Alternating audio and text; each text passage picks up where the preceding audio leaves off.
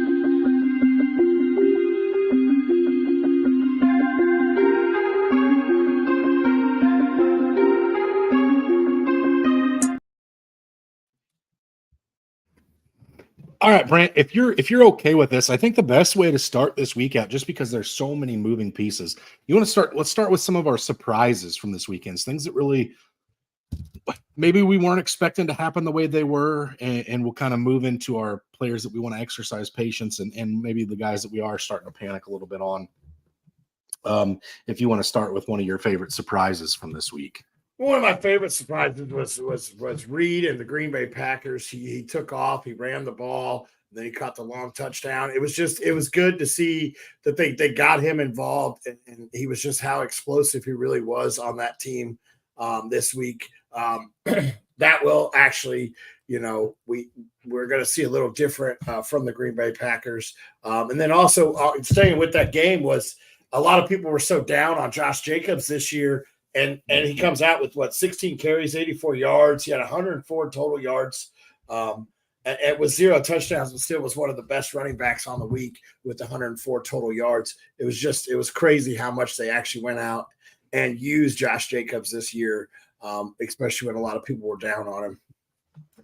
Yeah, I'm going to start with first of all, let me say too that the Packers offense looked pretty darn good for week one, traveling over to Brazil, playing a pretty good defense in the Philadelphia Eagles. And I don't think out of the players that you probably started in leagues, like if we're being honest with ourselves, if you own Packers players, maybe you're starting Christian Watson, maybe you're starting Reed, maybe you're starting Love, maybe you're starting Jacobs. You're happy with all those results.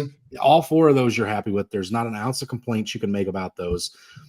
So that was good to see. Now we're going to talk about that a little bit later on as the show moves on, but it was definitely interesting to see how that shook out.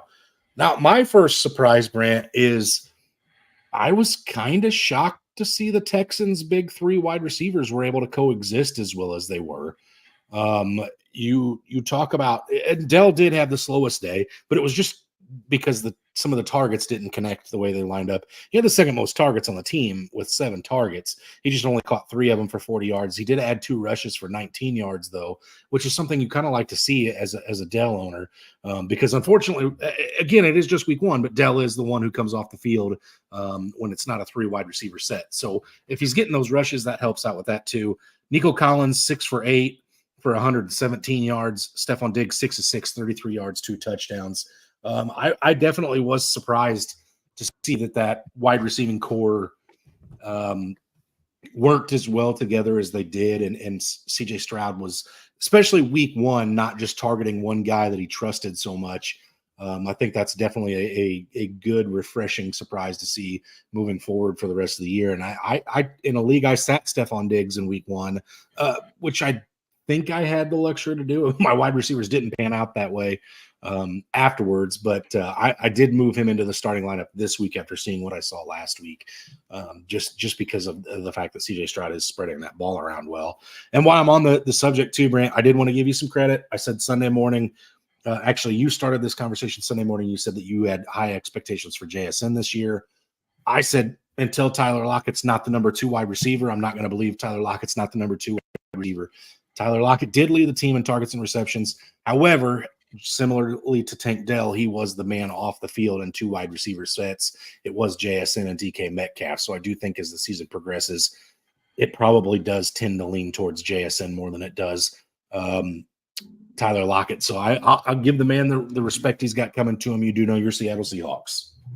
It shocked me because I'm going to talk about this a little bit later. It shocked me that we were so slow to start moving the ball in that game. And then JSN back-to-back receptions, he was the one that sparked it. And then you never saw another target. It was crazy. He was the one that sparked our offense. And in the second half, we did look a lot better. So it was just shocking that they didn't use him as much. But I guess when you're given Kenneth Walker 22, 23 touches in a game, it's good. So let's talk about that. That's another thing that surprised me. Let's talk about the running back touches. 33 total touches for Joe Mixon, 28 for Ramondre Stevenson, and then I think it was 23 for Kenneth Walker. Let's see, 22. It was 3 targets. He had 22 total touches. I mean, the bell count backs are back. And then you go and you look at Jordan Mason. He bell counted for the San Francisco 49ers. And then you talk about Saquon Barkley, which we knew was going to be the bell count. Josh Jacobs. The bell count running backs are starting to sneak back in the realm of guys that maybe you weren't looking at. Let's talk another, 21 touches for James Cook. And then I think your boy Bijan ended up 18 plus 5 was 23 total touches. So that Brees Hall 21 as well. So that bell cow is there. Now let's talk about the hugest surprise. One of the most explosive backs. You know my love for this guy, and it finally he looked healthy, which means he's probably going to die next week because that's his history. 10 carries and 135 rushing yards and a rushing touchdown for J.K. Dobbins. He looked phenomenal when given the opportunity. Is it Harbaugh knows how to actually use the Ohio State guy the way he was? Is it J.K. Dobbins' backfield? This is something to keep an eye on. This will lead us into what we're going to talk about, but this is something to keep an eye on. J.K. Dobbins in my mind, you and me talked about it. I thought he was going to be the best back to own there, and he definitely showed it week one. I do know Gus Edwards did out touch him. But I believe JK did out snap him, but JK looked explosive. Well, he looked like the back that we expected coming out of college this week. Excuse me. And let's talk about that too for a minute, Brant, because there was a healthy discussion in our Fantasy Holics group chat about, yeah, but how impressive is this when it all come off 2 carries? When you're talking about J.K. Dobbins, that's very impressive because he was an explosive player in college. And the fact that we've missed all this time of J.K. Dobbins, and here he is coming in on a running back 4 performance in PPR leagues. That's a pretty darn good thing. And he was on the field for 58% of the snaps. So there's still room for him to get on the field a little bit more. He had 3 receptions as well. So he is, a guy that Justin Herbert can look to as well when a play breaks down potentially. Yeah, that one is one that I'd like to monitor. Now, I'll be the first one to tell you if this persists for another week or two, I'm shopping the hell out of J.K. Dobbins because I think it falls apart at some point, right? The injury history is probably too rich at this point for me to want to hold on to it. And I could be wrong about that, Brant, but at 25 years of age in a dynasty landscape, the injuries already exist. How many more years do we see of J.K. Dobbins anyway? Depending on what you get in return. Now, I'm not going to give him away. It is a running back, and if he's putting up, 20-point games, you're not giving that up for free. But if you get a decent little return, I think that's something you could move. Absolutely. He should have been in your shorter bench ones. He should have probably been number 1 waiver claim this week. Bucky Irving's work there in Tampa Bay should have been a good claim this week. Mason should have been the number 1, especially with the CMC lingering injuries. So if for some reason your waivers didn't clear. I'll tell you something else too that's surprising as hell to me, Brant, is and you brought up the Tampa Bay Buccaneers. Baker Mayfield looked good this weekend. Looked like Oklahoma Baker Mayfield coming after that butt, like when he planted the flag at halftime, or pregame or whatever. That was what the Baker Mayfield we got this week. 24 of 30 passes completed, 289 yards, 4 touchdowns. I saw some highlights of that game while I was watching my Falcons game, and man, there was some balls that fell into laps. A guy you couldn't have placed these balls better. And I'm just wondering, is it possible that we're seeing a late term Baker Mayfield breakout? Because that's certainly what it would appear to be. We had some good games with the Rams, when he came in off the bus and started for them on a Thursday night a couple of years ago. Looked good in Tampa last year, got them into the playoffs, and man, did he look great week 1, Brant. Yeah, he definitely did. That offense looks good. Tampa Bay looks like they're just rolling just the way they left off last year. He should be another waiver claim in 2 QB leagues or in single QB leagues. He's definitely a streamer. Man, it was a tough week to watch from different standpoints from guys that you were fading. Let me ask you this though, really quick, just because there's 3 names in the top 10 that won't be in the top 10 moving forward, and I want you to tell me, out of these 3 names, Brant, which one has the most staying power to be I'll even go wide receiver 2 because I just don't think any of them exist that way. At number 10, you had Alec Pierce this week, 3 receptions, 125 yards, and a touchdown. Okay. There's the first one. Jamison Williams, 5 receptions, 121 yards, 9 touchdowns on 9 targets. Or excuse me, 1 touchdown on 9 targets, not 9. And then last but not least, Alan Lazard, 9 targets, 6 receptions, 89 yards, and 2 tutties. Which one of those has the best chance over the course of the season to stay in as a wide receiver 2? So Lazard, J-Mo, who was the first one you said? Alec Pierce. I don't believe in Alec Pierce. That's why it flew right out. I don't believe in Alec Pierce. I think that was he got lucky on open balls. I think that's going to end up being Mitchell's role. I'm gonna actually say Alan Lazard. When the play broke down and it was crunch time Aaron Rodgers looked for one of his most faithful targets. I'm not going to say this guy's going to go out and be, great, but that's who Rodgers looks for, and he still is, and he proved it. Late in the game, got the first down. Late in the game, got the touchdown. Allen Lazard is the guy that I'd be talking about.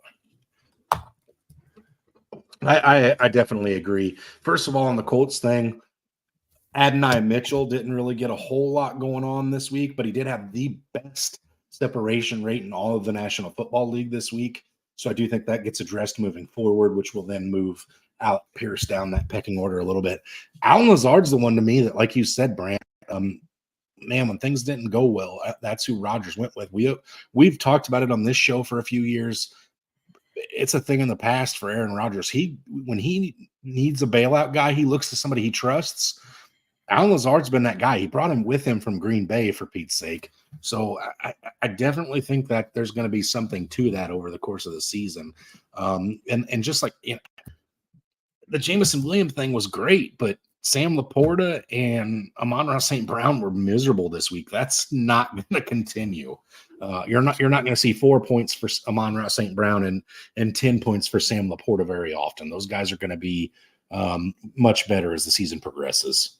I would say I went back all the way to St. Brown's rookie year, and not counting his rookie year because he did have a few. He only had like 4 games total where he had 6 points or less. You're not going to see that. He demands too much. I think he still had 7 targets. I think it was just a rough outing for him and that Detroit Lions. So that's going to bring us, in my mind, unless you got some more surprises, that should bring us into our panic and patience. I'm going to start with the panic, and you and me talk pre-show. I'm not panicking too much on too many people. CMC would be the easy escape with that lingering Achilles injury, but I'm going to go with the Green Bay pass catchers. Jordan Love banged up. He's going to miss a couple weeks. I know they're keeping him off the IR. I still think he's going to miss at least 4 games. So you have Malik Willis starting. We've seen this before, and it's not pretty.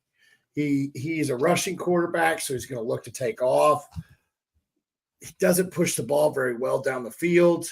I'm panicking on those guys now. I'm going to be cautious on starting them. I'm only going to start them if I really have to or if the matchup is really good. It's going to be rough sledding over the next few weeks. Even when Jordan Love comes back, it all depends on how he handles himself coming off this injury as well. Because I believe it was a knee, right? Mm-hmm. Excuse me. So it's all going to be on how he can drive his foot and drive that ball down the field and everything else when he comes back too. So I think it's going to be a rough outing for those pass catchers the rest of the year. Excuse me. Yeah, okay. You won't get much flack from me on that one, Brand. I think that's something I can buy into as well. All right, since you went panic first, I'll stick with you. I'll go panic. I'm panicking like you wouldn't know what, Brant, on the Atlanta Falcons pass catchers, namely Drake London. And yes, I know last year Drake London started out with no targets week 1 and then bounced back really strong week 2. Kirk Cousins looks like he's made of cement. He threw like 4 or 5 passes that should have been intercepted. I know 2 of them were picked off, but he's just throwing ducks. He's got no zip behind the ball. And I don't know, Brant, if this is he's not coming back from the injury the way folks thought he would, and maybe that makes more sense for the Penix pick, or if it was a scheme thing, because Kirk Cousins stood by it and said, no, I'm healthy. Not having play action passes when you have one of the best running backs in football in your backfield makes no sense to me. I definitely think that frees up and creates some space. I know Drake London's not necessarily the fastest guy ever.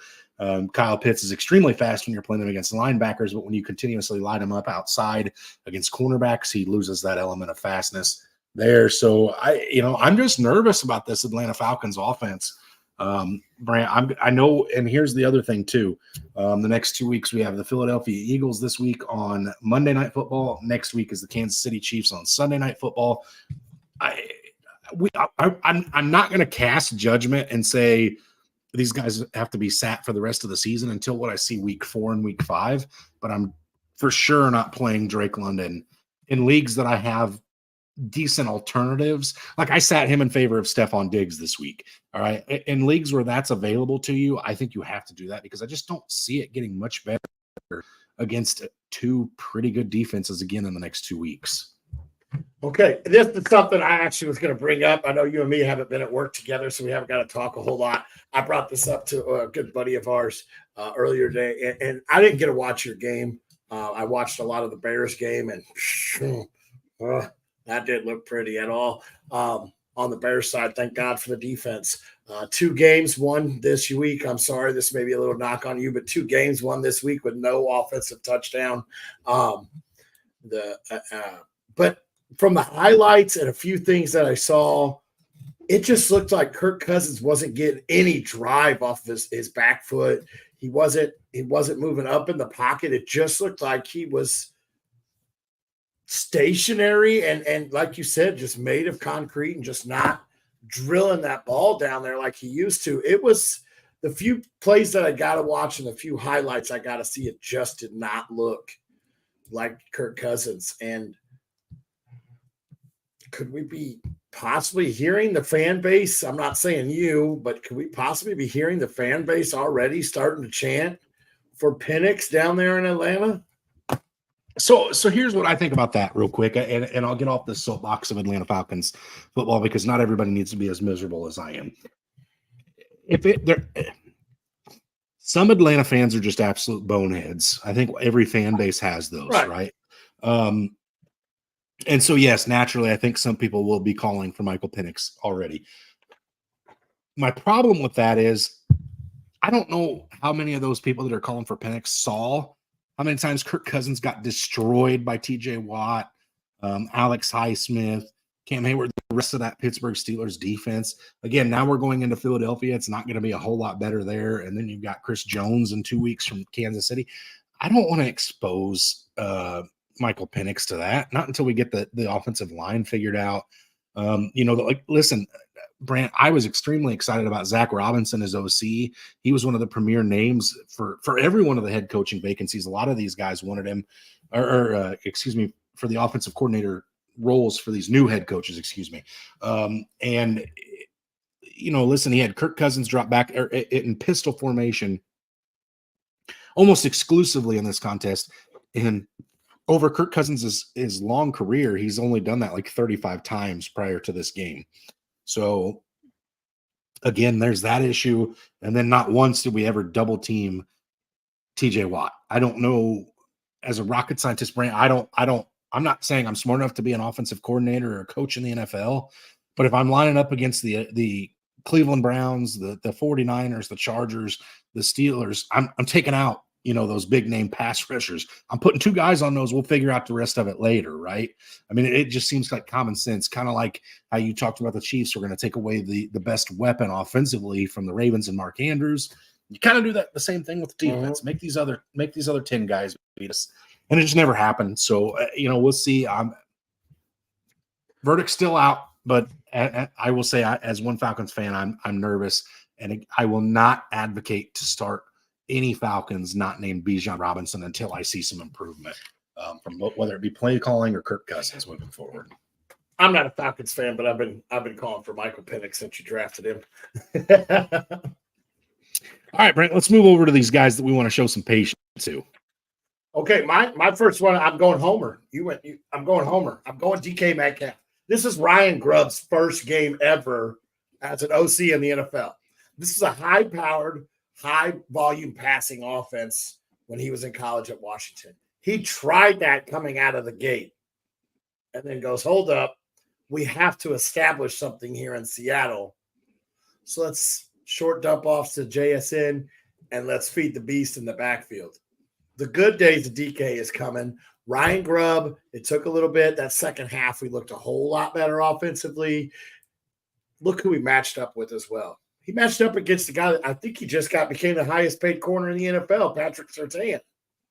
Yeah, it's going to be a rough outing for any wide receivers. And you got a brand new offensive coordinator. The better days are here for DK Metcalf, and they're coming forward. Ryan Grubb showed he wants to move the ball through the air. and also Pound. He's going to split this offense really nicely. And I'm excited to see moving forward, but it's going to be some growing pains. This is a guy that just came from college. He went from Washington's OC, moved over to Bama for like 3 days, and then came into the NFL. It's going to be some growing pains for the guy, but he's figured it out the second half, and they look phenomenal. And as long as McDonald keeps our defense keeps us in the game, good days are still coming, and our defense looked a lot better than I thought it was going to look. And so it was fun to watch. And you and me talked about it. I didn't have a whole lot of expectations. This is the first time in 13 years that I've ever had to really go through this whole transition, and it was a lot of fun.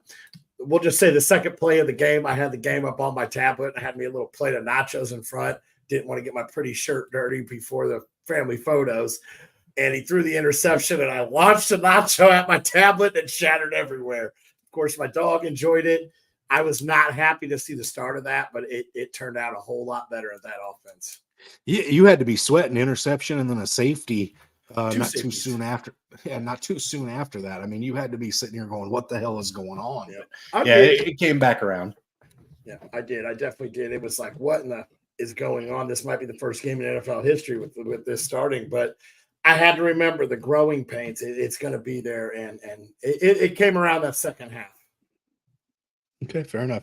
All right, I'm going to stay in your division, Brant, and those of you that tuned in and watched the Fatboyz live Sunday morning start sit, I was maybe a little ahead of the horse with Marvin Harrison Jr. I did call for 8.5 targets to be thrown to him. I expected a big game. First target of the game, I was watching that one off and on too, just because I wanted to see what the Bills offense looked like post Stephon Diggs. Wanted to see Kyler Murray, Marvin Harrison, James Conner. And his first target of the game hit him in the hands and he dropped it. And I'm thinking, oh no, that's not a good start for the number 1 overall wide receiver. He did catch the next 2 passes, but it was just a slow game for him. Kyler Murray, on the other hand, looked phenomenal. Dortch was impressive. I think Trey McBride made some great catches. James Cook out of the backfield was a lot of fun to watch. He looked young. It was kind of surprising, but Marvin Harrison Jr. was on the field for 90% of snaps. He ran the most routes out of anybody on the Arizona Cardinals roster. Moving forward, this was like a, hey, feel it out, get your feet wet underneath of you. I'd be shocked if anybody in the Cardinals locker room genuinely thought they were going to go out and win this game. Obviously, you're going to play to win, and you believe there's that self-belief. But they put up a damn good fight against the Buffalo Bills, Brant. That was one of the more entertaining games from the noon slate. It was, Cardinals all the way, and then second half, the Bills kind of took over. But man, it was for quite a while. Yeah, well, Josh Allen, yes.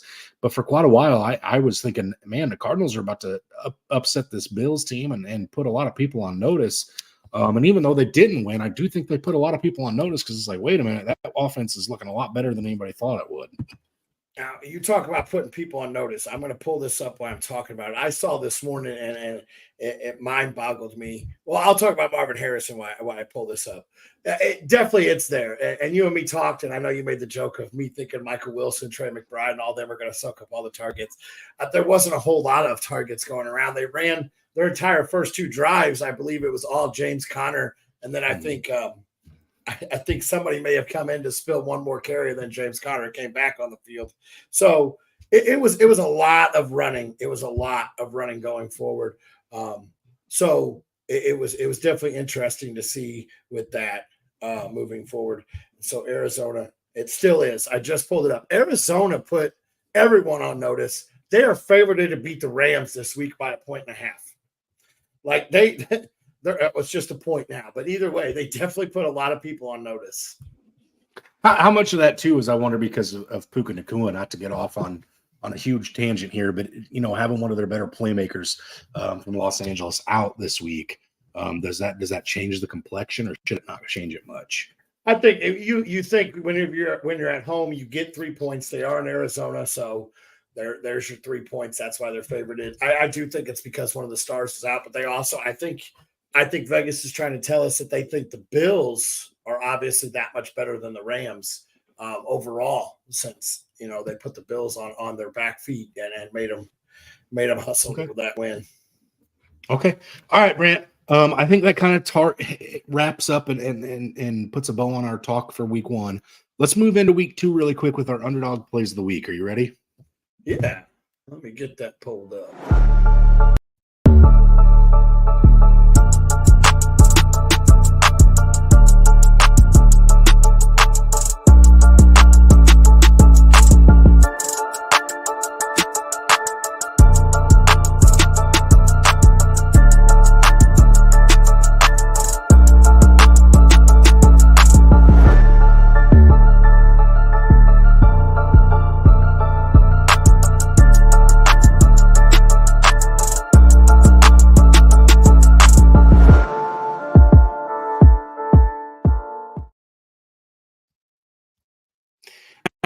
I want to start by saying that I did ask you to come up with one prop for Thursday, one for the weekend. The Thursday night contest this week between the Bills and the Miami Dolphins, maybe one of the juicier Thursday night contests to start a season we've had.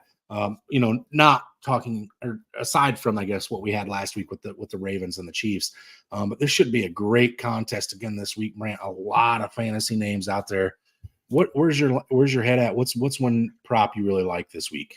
So before I get into this, I want to talk about the underdog. Last week, you put me on the spot. I forgot to do my touchdown performers on our start sits. I did go 3 out of 4 on those, so or 4 out of 5 on those. So with underdog using the flex, I was able to return a little bit of change into my pocket at about 2.5 times my money of what I put in. So get on there. This is why it's better than all your other sites, is you can flex it and still return a little bit of change with that. So you are talking juicy, and this is how juicy it is. I opened it up and I'm looking at the Thursday night and I'm going back to your text and I go, well, it only said 1. I said, well, I'm going to have to be a little overachiever, and I had to take a touchdown score because I was setting a lineup and realized Raheem Mostert's already been ruled out. Give me Devon A-Chain to cross that goal line. That's my first little one there. So that's my touchdown score for Thursday. I can put you on the spot now if you want to get yourself a little touchdown score for Thursday. This is my over under, or my higher lower pick, and that is going to be Keon Coleman to go over 44, higher than 44.5 receiving yards. I think this is a shootout game. Coleman saw 5 total targets, 4 receptions for 51 yards in a game they played from behind. I think this game is a shootout. I think he goes higher than 44.5. And before I hit you with my Sunday play, let me also tell you there was a free square. Did you get your free square? Your CeeDee Lamb over a yard? I got my free square. There was 2 of them on mine. CeeDee Lamb, and let me go back and look at it because I did get one of them. I think I did take the CeeDee Lamb one. It's a free square for Thursday night. I'm sorry. Josh Allen to go over half of a yard. Yep. Yeah, I did see that one too. For me, my Thursday night, I'll go with a touchdown score. I didn't look at this at all, but I'll go with it right off the rip. It's Josh Allen. He's too damn good down there near the goal line. He's like Cam Newton-esque back in his prime, where he just finds a way to get himself in the end zone. So I'll take him. And then we didn't discuss these at all pre-show, so I'm kind of giggling to myself right now. Not at your pick or my pick. It's at Vegas is saying we don't know who's going to be the primary pass catcher in Buffalo, because I took Dalton Kincaid to go higher than 44.5 receiving yards, which is the same line that they have out for Keon Coleman. So again, it's just who knows? We don't know. Week 1 was such a weird outlier. I mean, a lot of people thought Curtis Samuel was going to be the guy in Buffalo, and he ended up with 2 targets. So we'll see what this looks like week to week, but I do like Dalton Kincaid to bounce back. I don't think he's going to have as bad of games as he did week 1 all year. If he does, a lot of people are going to be panicking, myself included. But anyway, I think if he bounces back, it's going to be for a pretty good sized day. I'm thinking he could go someplace in the 60-yard game this week. So that's who I like for Thursday night, Brant. Okay, absolutely. My Sunday, I'm going with the homer. They fed the man 23 times. Give me Kenneth Walker higher than 67.5 rushing yards. You see this guy, if he touches the ball more than 10 times, he normally has a 20-plus yard rush. So this isn't anything for him to get. Give me higher than 67.5 rushing yards for Kenneth Walker against the New England Patriots. All right, I like it. Riding the hot hand. I'm going to go with one that is not a hot hand, Brant. This is about as cool as it gets. I've got a Derrick Henry prop here that I think I like a lot for week 2. I understand those that feel that way. I've got Derrick Henry's longest rush from the line of scrimmage to be higher than 14.5 rush yards. So, I mean, when you talk about a guy who's capable of long runs, how many times have we seen him break for 90, 60, 70, 80 yards in a game on one play? It happens far too often for my liking to bet against it. Last week, he was kind of slow. It didn't look great, but I think that gets better this week. I think it almost has to, because if not again, we may be pressing the panic button on Derrick Henry moving into week 2, Brant. Now, I like to be patient, and I'm sure Sunday morning you and I are going to get some questions where some people are not being as patient as they probably should be. But for me, I'm going to start my studs into week 2, probably week 3 before I really get nervous. Absolutely. So we're talking about this underdog, a game to pick on this week. It's so much as the lines aren't even out. It's that Carolina Chargers game. Carolina got ran all over last week. So look at some of these props. We'll talk about it on Sunday on our live at 10 a.m. Central Time. Join us live on Sunday, 10 a.m. Central Time. We'll go over underdog. We'll go over our FanDuel props. We'll go over, actually, we need to get our lineups in because we do normally go Thursday through Monday. So we need to get that going. We'll go over FanDuel. We'll go over all your start sits, anything you guys have. Join us on Sunday at 10 a.m. Central. Yep. Can't wait to see everybody there. Absolutely. It's week 2, guys. It's going into week 2. As always, stay hungry.